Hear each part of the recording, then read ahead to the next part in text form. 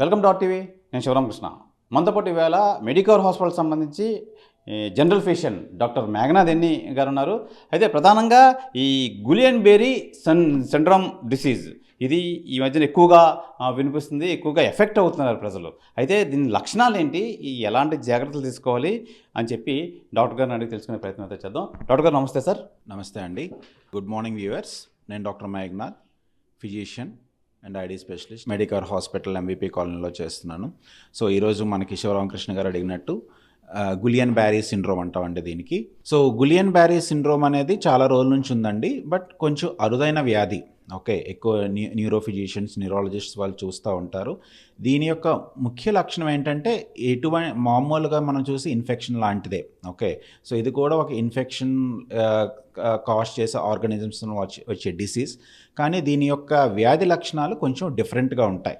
Okay, so నార్మల్గా కొంచెం చేతులు కాళ్ళు తిమ్ములు రావటం, నడవలేకపోవటం, కూర్చుంటే నిల్చోలేకపోవటం, తినలేకపోవటం, ఇలాంటి లక్షణాలన్నీ రావచ్చు.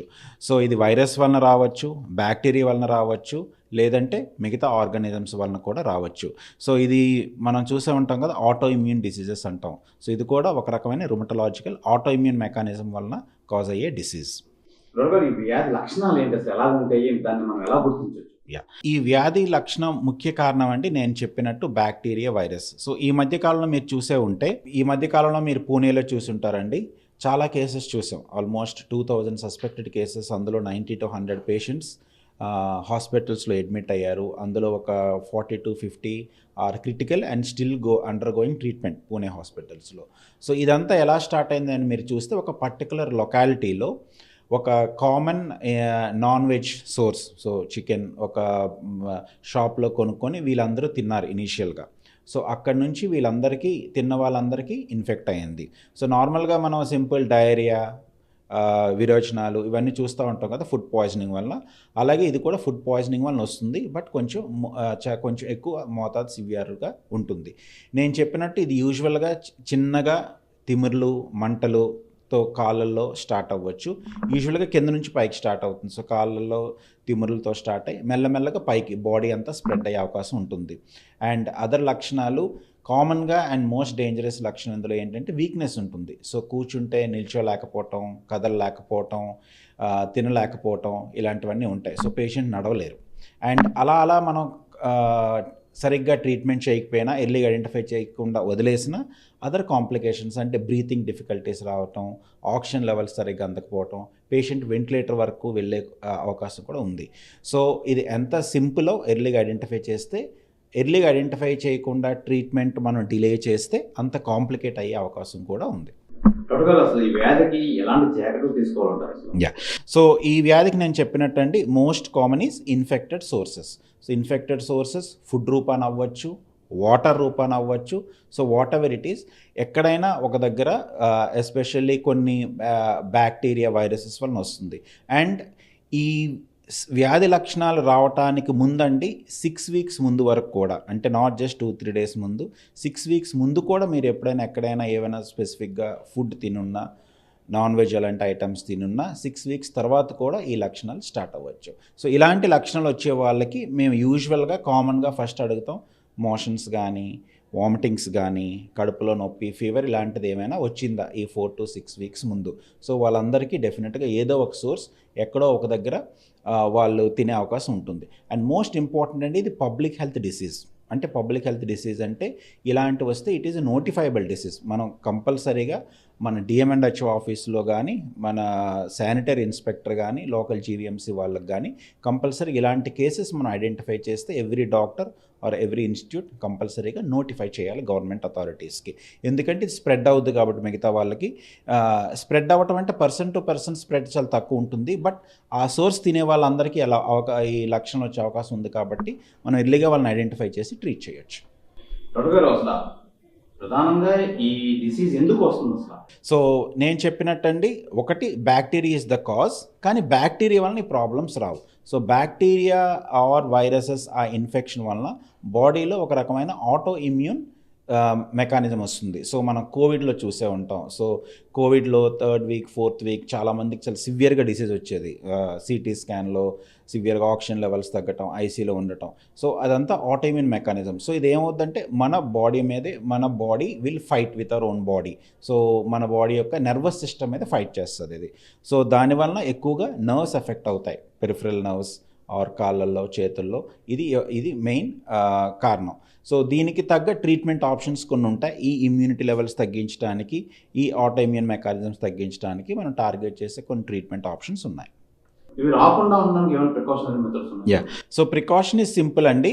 సో ఎప్పుడైనా మనం ఈ always hygienic food sources, food handling చాలా ఇంపార్టెంట్ అండి, especially non veg vendors. So non veg sale చేసే వాళ్ళ దగ్గర ఫుడ్ హ్యాండ్లింగ్ చాలా ఇంపార్టెంట్. గవర్నమెంట్ దానికి తగ్గ రెగ్యులేషన్స్ తీసుకోవాలి.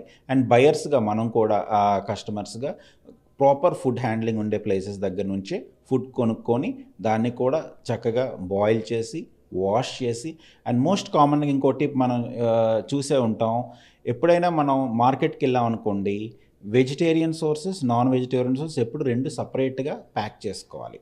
సో ఒకే బ్యాగ్లో, ఒకే కవర్లో వేసేయకూడదు. That's a very important tip. Non veg and vegetarian sources సపరేట్గా ఉంచుకోవాలి. వాష్ చేసేటప్పుడు, కుక్ చేసేటప్పుడు కూడా అవి సపరేట్గా బాయిల్ చేసి కుక్ చేసుకోవాలి. గారు, ఈ గులియన్ బెర్రీ సిండ్రోమ్ డిసీజ్ సంబంధించి ఈ వయసు ఆ వయసు అనేది తేడా ఉంటుందా? ఏ వయసు వాళ్ళకి ఎక్కువ వచ్చే అవకాశం? వయసుతో సంబంధం లేదండి. చిన్నపిల్లల్లో వస్తుంది, పెద్దవాళ్ళలో వస్తుంది, అండ్ వయసు భయపడిన వాళ్ళు కూడా వస్తుంది. బట్ గులియన్ బెర్రీ సిండ్రోమ్ మేము చూసే వాళ్ళలో ఎక్కువ మంది మిడిల్ ఏజ్డ్ వాళ్ళు. సో బిట్వీన్ 25 to 40 మధ్యలో ఎక్కువ ఉంటుంది. ఇది ఇంకొక విషయం ఏంటంటే, ఇది why we are very worried about this అంటే అండి, వన్స్ ఈ డిసీజ్ నుంచి బయటపడినా కూడా ఫుల్గా కోలుకొని రికవర్ అయ్యి నార్మల్గా పనిచేసి నడిచి పనిచేయడానికి it will take another 3 to 6 months. So once patient discharge అయిపోయిన తర్వాత కూడా చాలా ఎక్కువ రోజులు ఫిజియోథెరపీ పార్ట్ ఉంటుంది. సో ఒక ట్రీట్మెంట్ ఒక పార్ట్, తర్వాత ఇంటికి వెళ్ళాక ఫిజియోథెరపీ కూడా చాలా ఇంకో పార్ట్. సో 3 to 6 months చాలా ఓపిక్గా డైలీ చాలా సిన్సియర్గా ఫిజియోథెరపీ కూడా చేసుకోవాలి. సో ఆల్ దిస్ ఓవరాల్గా it's very burden for the patient కూడా. అందుకే గవర్నమెంట్ కూడా ఇలాంటి డిసీజెస్ వచ్చేటప్పుడు గవర్నమెంట్ కూడా సాయం చేయడానికి ముందుకు వస్తూ ఉంటారు. గారు, ఈ డిసీజ్ బారిన పడకుండా ప్రజలకు ఎలాంటి సూచనలు ఇస్తారు?